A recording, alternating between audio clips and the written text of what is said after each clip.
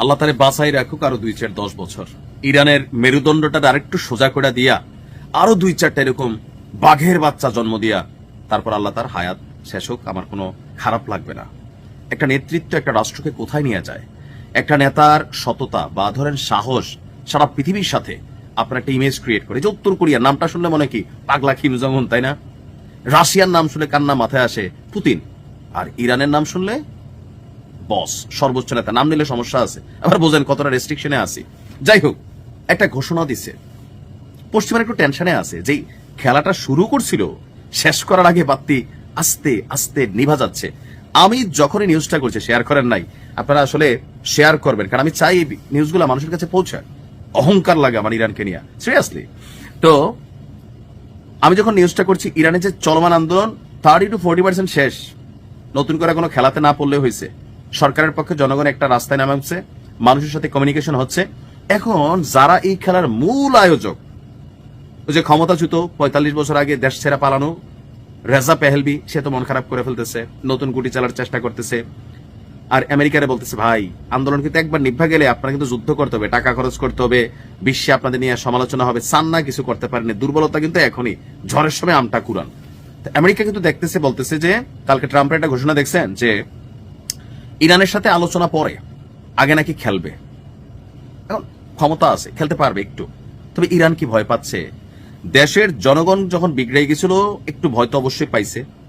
পরিস্থিতি এখন আস্তে আস্তে যখন কন্ট্রোলে নিচ্ছে, গতকালকে থেকে ইরানের গলার আওয়াজটা একটু আবার আগের মতন ফিরে আসছে। মাঝখানে কয়েকদিন নীরব ছিল, কারণ আগে ঘর সামলাইতে হবে, তারপরে বাহির। যখনই বুঝছে যে ঘর আমার সামলানো হয়ে যাচ্ছে, তখন কিন্তু বাহিরকে নিয়ে অ্যাকশনের ঘোষণা। কি ঘোষণা?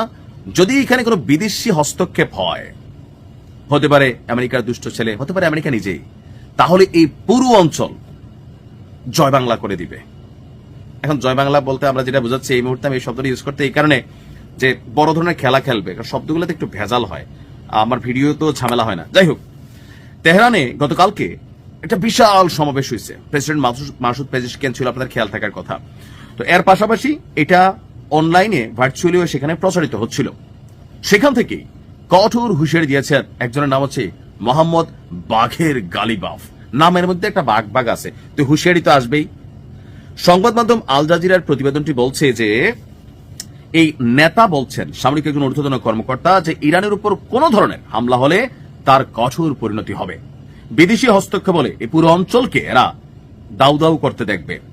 এই বক্তব্যের মাধ্যমে ইরানের সংসদ স্পিকার আবারও বিদেশি হস্তক্ষেপের আশঙ্কা এবং তার জবাবে ইরান কি রিয়েকশন দেবে, যারা ভাবতেছে ইরান পোতাই গেছে, কিছুই করবে না, তাদেরকে চোখে আঙ্গুল দিয়ে দেখাই দিচ্ছে উই আর রেডি টু খেলতে।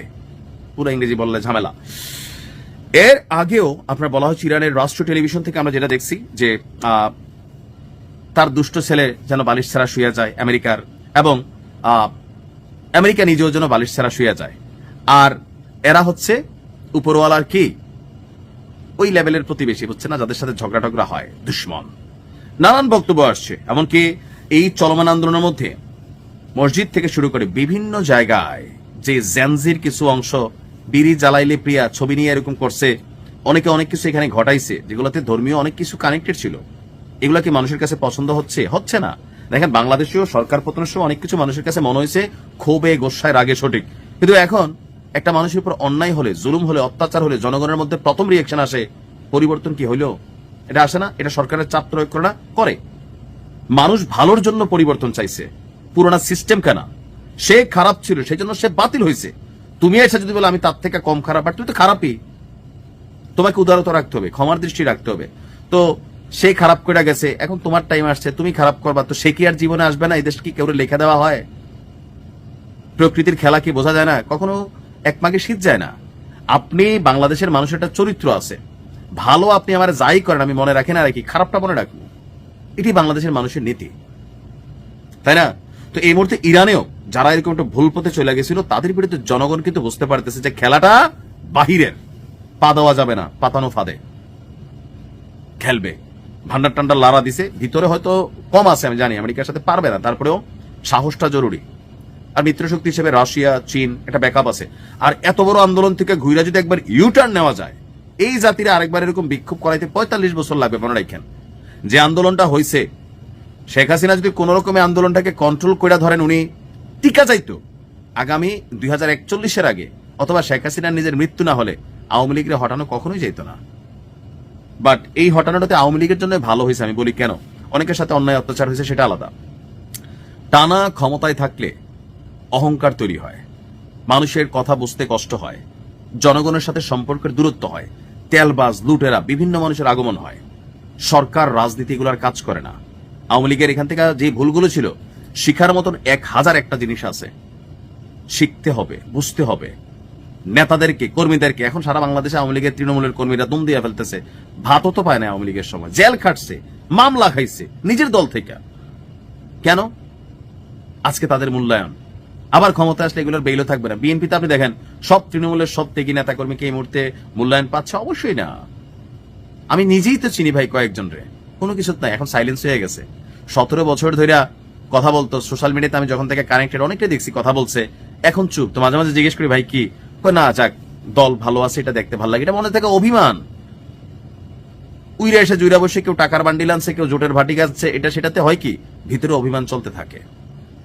মনে করে যে যাক আমি তো দল থেকে কোনো কিছু পাওয়ার আশা করি নাই, দল ভালো আছে, আমি তো অন্তত একটু জিনিস থেকে ভালো আছি, এতটুকুই তাদের প্রত্যাশা। আর এরাই হচ্ছে প্রত্যেক দলের প্রাণ। ঝটিকা মিছিলে হয়তো 10টা পোলার মধ্যে 5টা পোলা আপনি মনে করবেন যে মুখোশ পড়া যায় টেকায়, 2টা পোলা অরিজিনাল যায়। বিএনপির সময়ও রাজপথে ছিল না, জামাত কৌশলে রাজনীতি করছে, টেকনিক্যালি করছে, বাট করছে। কিন্তু নেতা কর্মীদের অবমূল্যায়ন করা হয়েছে আওয়ামী লীগের পক্ষ থেকে প্রচুর। এই ডাক্তার মুরাদের মতন 3rd ক্লাস লেভেলের লোক, এরা অনেক ক্ষতি করছে শেখ হাসিনার। যে অ্যাকশন নেওয়া দরকার ছিল এরকম হয় নাই, যে শাস্তি দরকার ছিল এগুলো পায় নাই, অন্যরা এরকম হয়েছে। তো এগুলা থেকে দেখেন একটা সরকার, ইরানের বিষয়টা টোটালি আলাদা। ইরানের জনগণের সাথে যদি ইরানের সরকারের হয়তো আমি বলতাম যে পতন হোক, 45 বছর একটা সরকার, আমি তো চাই না যেই দেশেরই হোক, কারণ ওই দেশের জনগণ কথা বলতে পারবে না, সিস্টেম হ্যাং হয়ে যাবে। বাট এটা একটা সিস্টেম, এখানে কিন্তু ভোট হয়।